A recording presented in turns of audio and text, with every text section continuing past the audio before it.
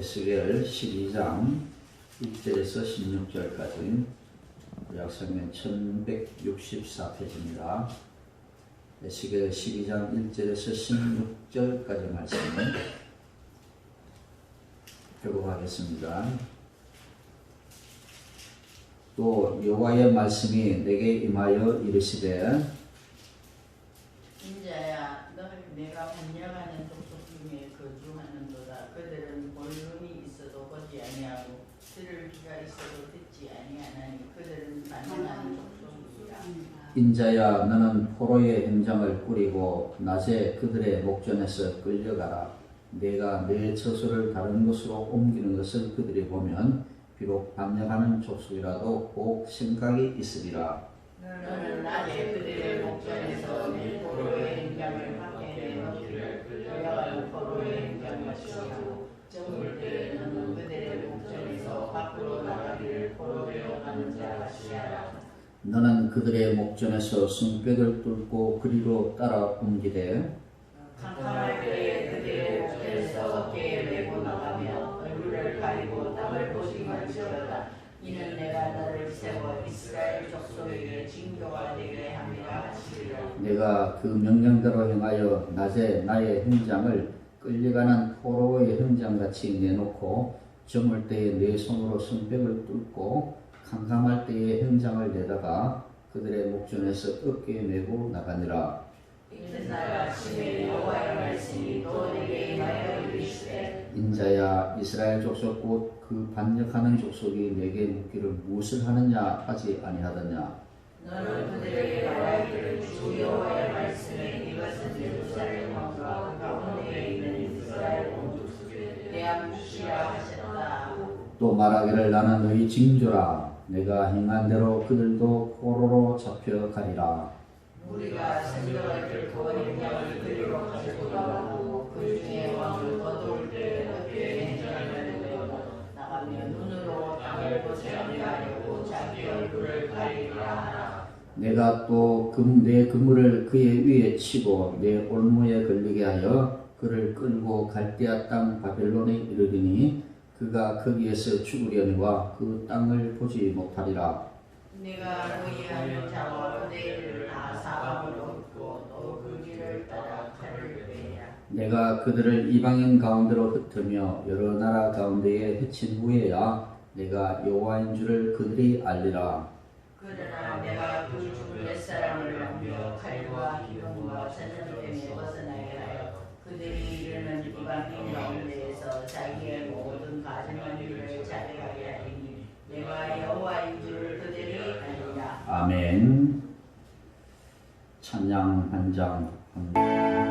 모두 하나님이 귀하게 사용하시는 존귀한 사람 되시기를 주의 이름으로 축원합니다. 오늘은 징조를 통해 보여주신 경고라는 제목으로 말씀을 전합니다.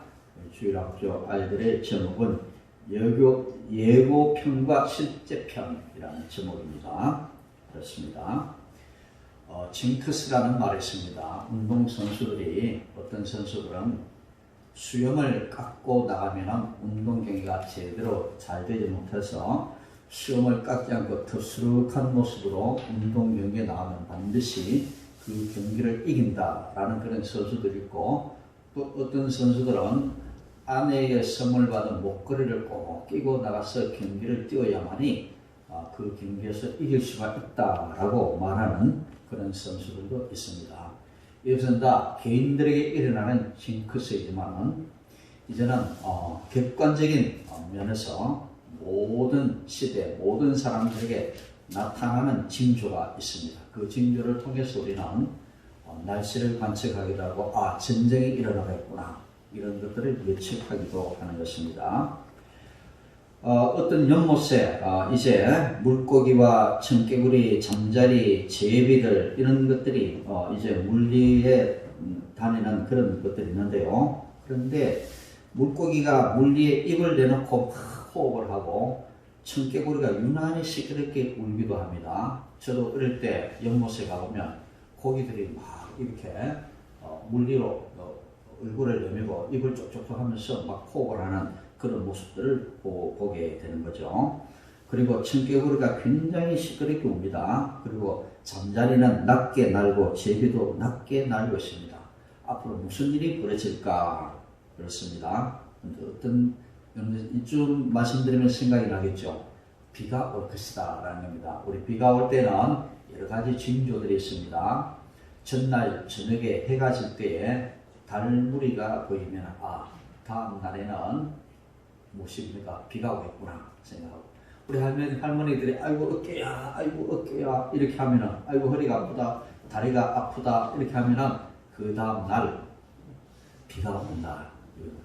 기압이 변하기 때문에 몸에 이상이 오고 그것을 징조로 해서 다음 날 비가 오는 것을 우리가 예측할 수가 있는 것입니다. 이렇게 왜 이렇게 연못에 있는 물고기가 잠자들이 이런 모습을 보이는가? 잠자리와 같은 날벌레들은 기압 변화에 민감해서 저기압이 다가오면 낮게 단다라고 합니다. 그리고 곤충을 먹는 제비들도 먹이를 찾아 낮게 날게 되는 것입니다. 또 저기압이 다가오면 물속의 기압이 상승해서 산소가 쉽게 증발해 버리기 때문에, 그래서 산소가 부족한 물고기들은 물 위에 입을 내놓고 호흡을 하기도 하고, 또 기압의 변화로 호흡하기 힘든 개구들은 더 요란하게 외쳐대는 것입니다. 여름철이 되면 시골에 가면 굉장히 시끄럽습니다. 밤만 되면 개구들이 얼마나 시끄럽게 우는지 모르죠. 그런데 유난히 시끄럽게 하는 밤이시면 그 다음 날에는 비가 오겠구나, 그렇게 우리가 예측을 하게 되는 것입니다. 그렇습니다. 그런데 우리가 믿음 생활에 나가면서 이런 징조들도 우리가 보게 되는 것이죠. 하나님께서 어느 날 에스겔에게 말씀을 했습니다. 2절 말씀을 우리가 봅니다. 인자야, 내가 반역하는 족속 중에 거주하는도다. 그들은 볼 눈이 있어도 보지 아니하고 들을 귀가 있어도 듣지 아니하나니 그들은 반역하는 족속입니다. 에스겔은 남쪽 유다 나라가 망한 그때에 있었던 선지자입니다.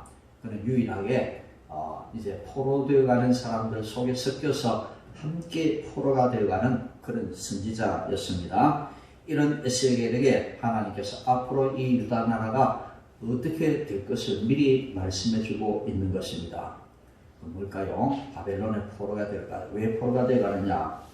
하나님 앞에 패역한 백성이기 때문에 반역자라고 했어요. 반역자, 패역한 백성들. 그래서 그들은 장차 바벨론의 포로가 되어갈 것이다, 그렇게 말합니다. 에스겔아, 내가 반역하는 족속 중에 살고 있구나. 그들은 볼 눈이 있어도 보지 못하고 들을 귀가 있어도 듣지 않는구나. 하나님 그렇게 말씀하십니다. 하나님은 에스겔에게 포로의 행장을 꾸리고 끌려가는 포로처럼 밖으로 나가라, 그렇게 말씀하십니다. 이제는 끌려가는 행장을 꾸리고 이제는 끌려가는 사람처럼 그렇게 밖으로 나가라고 말씀하십니다. 에스겔은 하나님께서 말씀하신 대로 포로의 행장을 밖에 내어 놓았습니다. 날이 어두워지자 사람들이 보는 앞에서 행장을 어깨에 메고 그는 성 밖으로 나갔습니다. 하나님은 다음날 에스겔을 통해 말씀하십니다. 10절과 11절.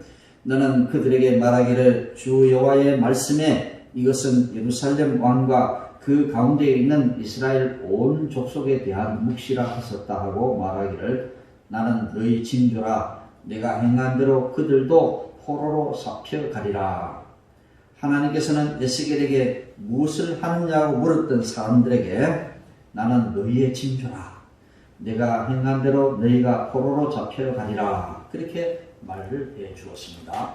자기가 행장을 꾸리고 포로로 잡혀가는 것이 징조. 너희들도 그렇게 바벨론에 끌려갈 것이다. 그렇게 하나님께서 말씀하셨습니다.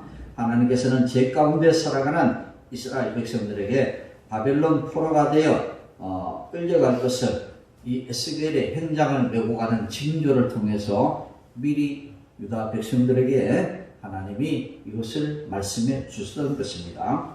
마태복음 23장에도 보면 예수님이 그런 말씀을 했습니다. 장차 마지막 날이 임할 것인데 그때는 여러 가지 징조들이 나타난다라고 그렇게 말씀했습니다. 그래서 이 마태복음 24장의 말씀을 근거로 해서 수많은 이단들이 지금은 말세다라고 해서 말세를 외치고 며칠날 말세가 올 것이다라고 예측을 했던 그런 사람들이 많이 있었습니다.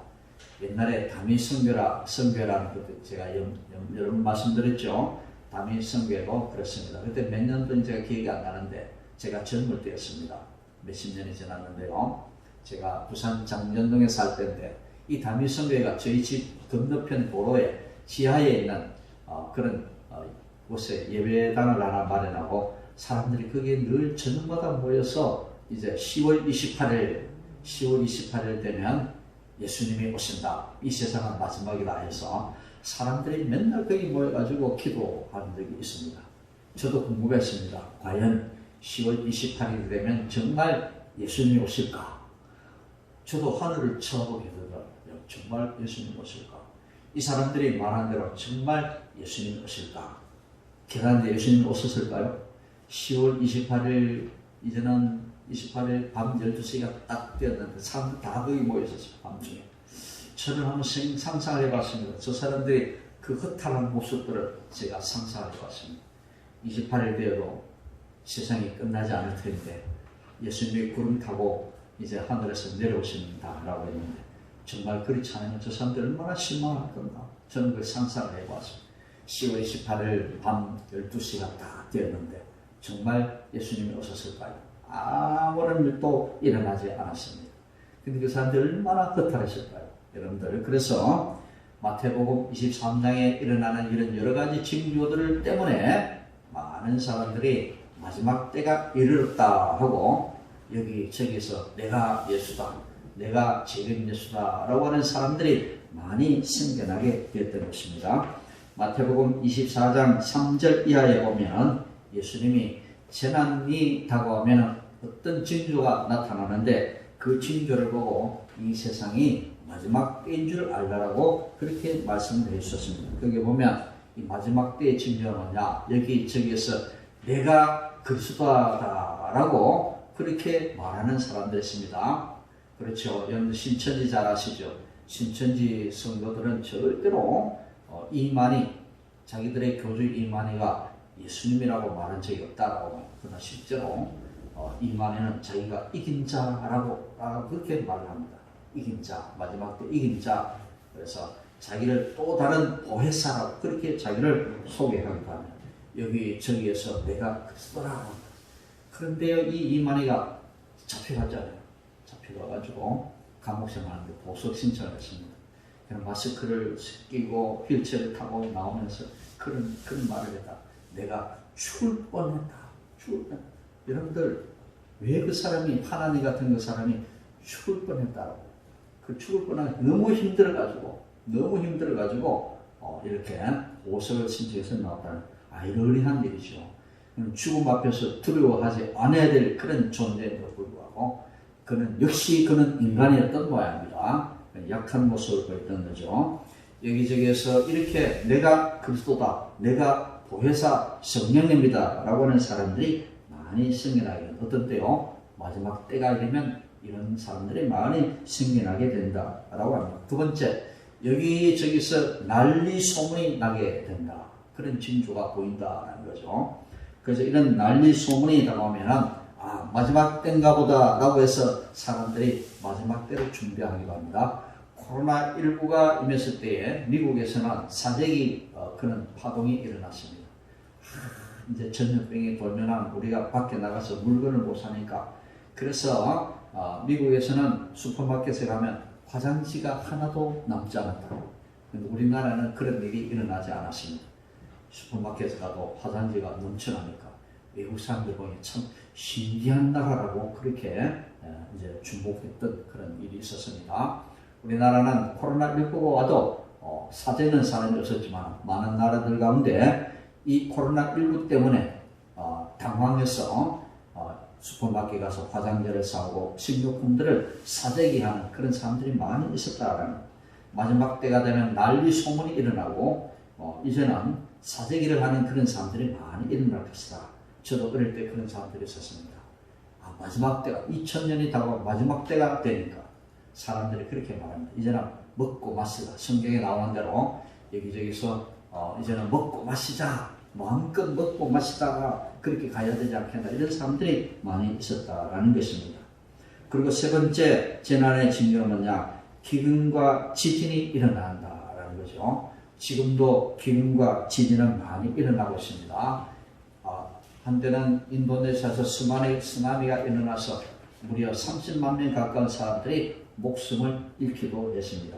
이런 일이 일어나니까 마지막 때인가 보다라는 그런 생각을 하게 된다는 것입니다. 그리고 마지막 때가 되면 여기가 핍박하는 일이 많이 생기게 되고 예수 믿는 사람들 많이 잡아가두는 그런 일들이 있다는 거죠.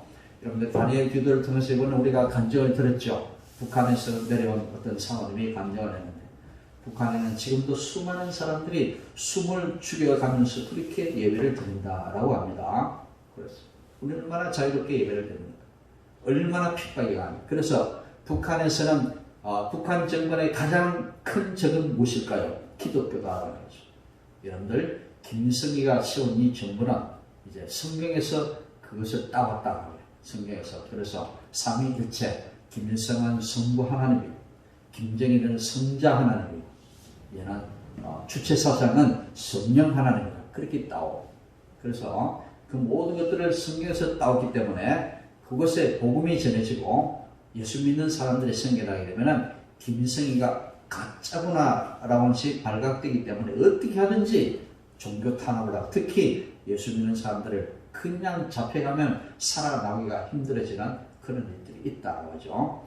그래서 이렇게 정치 수용소에 수많은 그런 믿다가 발각된 사람들이 잡혀가서 거기에 나오는 그 간증에 나오는 사모님도 어느 날 아버지가 모르게 그렇게 예배를 드리다가 어느 날 갑자기 잡혀가게 되었는데 잡혀간 그 이후로는 소식이 끊어졌대요. 나중에 남한에 와서 소식을 들으니까 아버지가 돌아갔었다. 그때 끌려가는 모습이 마지막으로 어떻게 면회도 없고 재판도 없고 언제 끌려가서 어떻게 죽었는지 아무도 알지 못한다. 그런 가운데서도 숨을 죽여가면서 예배를 드리고 있는 사람들이 많이 있다는 거죠. 그래서 그 할머니가 이제는 아버지가 잡혀가고 난 다음에 그 남아있는 성경 한 권, 성경이 없어가지고 뺏겨서 쓰기도 하고 성경이 없습니다. 그래서 마지막 그 성경을 땅속에 파묻던 성경을 끄집어내가지고 불에 태우라. 불에 태우면서 그 할머니가 이 손녀가 하는 말이 성경을 태우지만은 네 머릿속에 있는 그 성경책, 네 머릿속에 있는 그 찬송가 가사를 그대로 생각하면서 그렇게 신앙생활을 해라.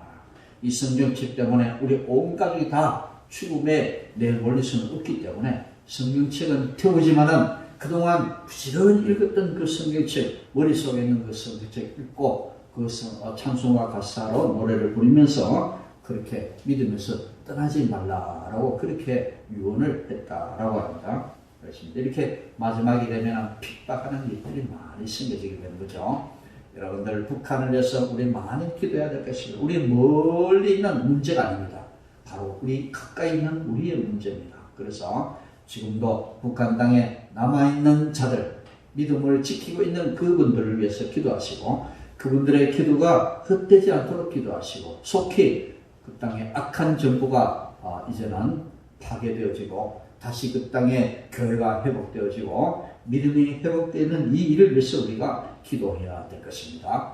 이 핍박은 어떤 지역에 국한되어 일어나는 핍박이 아니라 전 세계적으로 핍박이 이루어질 때에 이제는 마지막 때가 되었구나라고 사람들은 그렇게 생각을 하는 것입니다. 이때 마지막 때는 심판의 때지만 이 마지막 때는 또 예수님이 다시 오시는 때이기도 합니다. 이 재림이라고 말하죠. 2000년 전에 오셨던 그 예수님이 다시 하늘로 올라가시면서 내가 올라가는 모습 이대로 다시 올 것이다 말씀을 하셨습니다. 성경이 말씀하셨으니까 그대로 될 것입니다.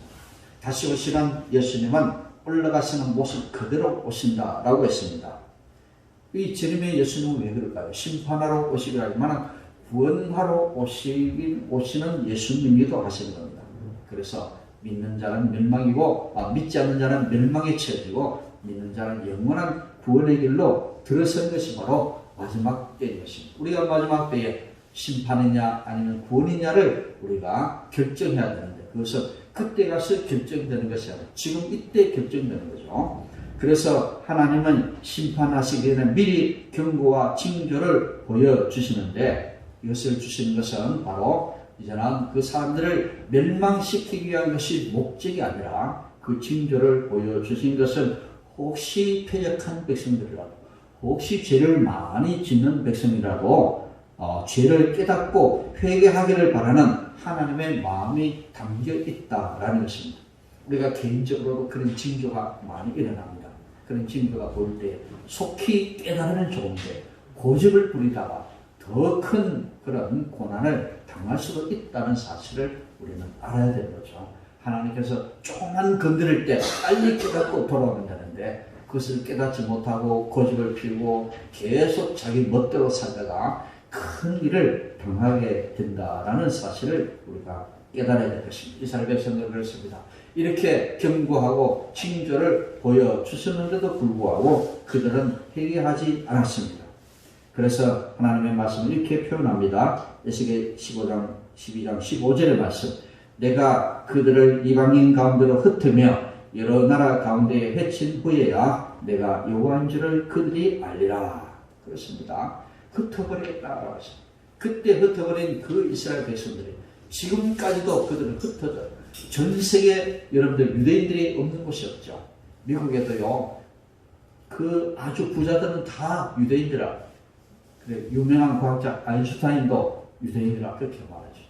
미국의 경제권을 가지고 있는 많은 사람들 다 유대인들이라 그렇게 말하죠. 이 유대인들은 전 세계에 흩어져 살아가고 있다. 디아스포라의 삶을 그때 그들이 살기 시작하게 된 것입니다. 그래서 하나님 말씀하십니다. 이방인 가운데로 흩으며 여러 나라 가운데 흩은 후에야 그들이 내가 여호와인 줄 알아. 그때에서야 여호와인 줄 아니라. 이 말씀은 볼 눈이 있어도 보지 아니하고 들을 귀가 있어도 듣지 아니하던 이스라엘 백성들이 결국 모든 것을 잃은 후에야 깨닫게 될 것이라는 그런 뜻입니다. 여러분들 하나님께서 징조를 보여주시는 것은 우리를 벌하기 위하며 우리를 멸망시키기 위함이 아니라 우리를 너무도 사랑해서 안타까운 마음으로 우리가 돌아오기를 원하는 마음으로 하나님은 이렇게 에스겔을 통해서 말씀해 주신 것입니다. 오늘도 마찬가지입니다. 하나님께서 말씀을 통해서 말씀을 전하는 사람을 통해서 하나님께서 많은 말씀을 해 주십니다. 그렇지만 듣지 않은 것은 뭘까요? 마음이 패역하기 때문에 마음이 교만하기 때문에 너무도 마음이 굳어져 있기 때문에 하나님이 말씀을 전해도 듣지 못한다는 거죠. 노아 시대에 많은 사람들은 죄를 지었다라고 했습니다. 너무 죄를 많이 지으니까 하나님께서 내가 세상에 사람들을 지으신 것을 후회하고 이제는 이 모든 사람들이 죄진 사람들을 다 멸망시켜버릴 거야. 그렇게 말씀하고 이런 노아에게 방주를 지을 것을 하나님이 말씀하셨습니다. 노아는 그때부터 방주를 짓기 시작합니다. 무려 120년 동안 노아는 배를 만들기 시작합니다. 120년 동안 배를 만드니까 많은 사람들 다 지켜보지 않겠습니까? 왜 배를 만드느냐? 그것도 왜 산 위에서 배를 만드느냐? 사람들이 묻지 않겠습니까? 장차 하나님께서 이 땅을 심판하실 거야. 노아가 얼마나 많이 말을 했겠습니까? 장차 하나님께서 우리가 지은 죄 때문에 우리를 멸망시킬 것인데 미리 준비하라. 나와 같이 배를 만들자. 라고 해도 그들은 말을 듣지 않습니다. 왜 이렇게 내가 잘 살고 있는데 왜 심판이 무엇이냐? 세상이 멸망당하는 것이 무슨 말이냐? 그들은 그 말이 곧이 들리지 않습니다. 여전히 자기 멋대로 살아갑니다. 자기 생각대로 살아갑니다. 교회 열심히 다니지 않고 믿음 생활 열심히 하지 않아도 나는 얼마든지 살아갈 수 있는데요. 왜 내게 이렇게 배를 만들라 그렇게 말합니다. 왜 내게 그렇게 열심히 신앙생활하라 그렇게 말합니까? 적당히 해도 나는 얼마든지 살아갈 수 있는데 그 말이 곧이 들리지 않는다라는 것입니다. 그런데 세월이 말을 해줍니다. 120년의 세월이 지난 후에 비가 내리기 시작합니다. 사람들의 마음은 굳어질 대로 굳어졌기 때문에 비가 내려도 그들은 깨닫지를 못합니다. 쭈룩쭈룩 내리기 시작합니다. 하루 종일 내렸습니다. 여러분들 하루 종일 비가 내리는 걸 한번 봤죠? 물난리가 납니다. 근데 노아의 무려 40일 동안 비가 내리니까 얼마나 많은 비가 내리겠습니까? 근데 사람들의 마음은 너무 굳어져 있기 때문에 돌아오지 않습니다. 야, 노아가 왜 배를 만들었지? 그때서야 깨달아야 되는데 그때가 되어도 사람들은 깨닫지를 못합니다. 돌같이 굳어져 있는 마음이었기 때문에 도무지 이 마음이 돌아오지 않는다. 여러분들, 마음이 굳어진다는 것이 얼마나 큰 화인지 모릅니다. 여러분들, 하나님의 말씀을 전해도 들리지가 않습니다. 예배 자리에 나와서도 말씀이 깨달아지지 않습니다. 아무리 외쳐도 이 말씀이 들려지지 않고 깨달아지지 않고 이 말씀대로 해야 되겠다, 그렇게 결단이 되지 않는다는 거죠. 사람들의 마음이 굳어진 것이 얼마나 큰 화인지 모릅니다. 애굽의 바로왕도 그렇게 마음이 굳어져 있으니까 하나님의 말씀이 들리지 않고 끝내는 이제는 자기 아들을 잃어버리는 그런 화를 당하게 되었다라는 것입니다. 여러분들, 우리가 기회가 있을 때 깨달아야 하는데 기회가 지나가 버리면 비는 내리기 시작하고 비는 걷잡을 수 없이 우리를 멸망 가운데로 몰아넣는다는 사실을 우리가 꼭 기억을 해야 될 것입니다. 하나님은 안타까운 마음으로 이 백성이 돌아오기로 하나님 우리에게 기회를 주십니다. 노아 시대는 120년 동안 기회를 주셨습니다. 이제 바벨론의 포로가 된 이스라엘 백성들에게도 하나님의 선지자를 보내서 수없이 말을 하십니다. 예레미야 선지자, 에스겔 선지자, 이런 선지자를 통해서 제발 회개하라, 제발 좀 돌아와라, 그렇게 말을 해도 예레미야 선지자는 눈물을 흘리면서 그들에게 말을 해도 얼마나 사람들의 마음이 굳어져 있는지 그건 들리지가 않습니다. 교회에 나와서 하나님의 말씀을 들어도 예배 가운데 나와 있어도 마음이 너무 굳어져 있기 때문에 끄떡도 하지 않습니다. 돌아오지가 않습니다. 여러분들, 저는 21일 동안 며칠 빠지긴 했지만 21일 동안 간증을 드리면서 이 간증을 하는 분들은 대다수 많은 고난을 당한 사람들입니다. 그런데 저는 그런 생각이 들었습니다. 왜 저 사람들은 저렇게 많은 고난을 당할까? 하나님 너무도 그들을 사랑하기 때문에 그렇게 해서라도 그들을 믿음으로 굳게 세우기 위해서 하나님이 그들에게 고난을 주셨다. 고난을 주신 그것이 그들로 다시 돌아가야 하고 그들을 믿음에 굳게 세우게 나가는 그런 귀한 기회가 되어졌다라는 것입니다. 그러므로 고난은 그들을 힘들게 하는 것이 아니라 오히려 그들을 복되게 하는 것이라는 것을 그들이 깨닫게 됩니다. 간증하는 모든 사람들이 자기에게 주신 그 고난은 결코 하나님이 나를 힘들게 하기 위함이 아니라 하나님이 나를 바로 세우게 하기 위함인 것을, 그것을 다 간증하는 것을 저는 지켜보았습니다. 노아 시대의 사람들은 너무도 마음이 굳어져 있기 때문에 물이 막 차올라도 그것이 심판에 임했다는 사실을 깨닫지 못한다는 거죠. 이제는 집이 잠기고 그래도 사람들의 마음은 굳어져 있기 때문에 깨닫지 못하고 지붕 위에 올라가는 되지. 지붕 위에 올라가도 물이지. 헤엄치면 되지. 헤엄쳐서 산 위에 올라가면 되지. 산 위에도 물이 잠겨도 그때도 깨닫지 못합니다. 그렇게 버틸 때까지 한번 버텨보자. 버틸 때까지 버텨보자. 여러분들 물속에서 발을 동동 구르면 사람이 물에 떠 있습니다. 그러나 그것도 시간이 지나면 힘이 빠지고 결국에는 물속에 빠져 죽게 되는 거죠. 사람들은 있는 대로까지 힘써 그 멸망을 피해버리고 노를 합니다. 그런데 멸망을 피하는 것은 회개하는 것인데 사람들은 너무도 마음이 굳어져 있기 때문에 산에 물이 잠기고 물 위에 둥둥둥 떠다녀도 사람들 그때도 회개하지 않습니다. 기회가 지나가 버리면 멸망, 심판밖에 남지 않는다는 사실을 우리는 꼭 깨달아야 되겠습니다. 하나님께서 우리에게 징조를 보여줄 때에 우리는 고집을 내려놓고 말씀 앞에서 잘못을 뉘우치는 그런 사람이 되어야 하는 것입니다. 모든 것은 그 정한 때가 있습니다. 때가 지나가면 버스가 지나가면 손을 들어도 소용이 없는 것처럼 그 정한 때가 지나가면 땅을 치고 후회할 날이 온다는 사실을 우리는 알아야 되는 것입니다. 전도서 3장 말씀에 보면 사랑할 때가 있으면 이별할 때도 있고 잡을 때가 있으면 놓을 때도 있다라고 그렇게 말씀을 했습니다. 잘못했으면 빨리 용서를 구하고 돌아와야 되는 것입니다. 돌아올 때를 우리는 놓치지 말아야 되는 것입니다. 내가 뭐 회개할 것입니다. 여러분들, 우리는 하나님께서 우리를 연단시켜서 금같은 믿음을 수행한 사람으로 세우기를 원하시는 것입니다. 남들을 볼 때 참 예수 잘 믿는 사람처럼 보이는데 그들에게 고난이 닥친 것을 순금 같은 99.9%의 믿음의 소유자가 되기 위해서 하나님 그들에게 고난을 주셨다는 사실을 우리는 말씀을 통해서 알 수가 있는 것입니다. 때가 지나고 있는 우리는 빨리 주님 품에 다시 안겨야 돼요. 그때를 놓치면은 심판만이 우리를 기다리고 있는 것입니다. 무엇보다 하나님을 사랑할 때를 놓치지 말아야 됩니다. 하나님만 예배하여야 할 때를 우리는 놓치지 말아야 하는 것입니다. 이때를 놓쳐버리면 너무나 힘들게 예배하고 싶어도 예배하지 못할 때가 반드시 온다는 사실을 우리는 알아야 되는 거죠. 그렇습니다. 코로나19에서 우리가 얼마나 예배가 힘들은지 모릅니다. 울산에는 공문이 내려오기를 울산에는 환자가 많이 생기지 않기 때문에 어떻게 하든지 교회가 자율적으로 잘 방역 수칙을 잘 지켜서 예배를 드리면 됩니다. 라는 그런 공문이 내려왔어요. 그러나 수도권은 다릅니다. 서울에는 하루에 200명 가까운 환자가 생기기 때문에 이제는 방역 수칙이 이제는 상승이 되었죠. 1.5단계 이렇게 되면 교회도 단일 기도다 보니까 단일 기도의 동안에는 잘 버텼습니다.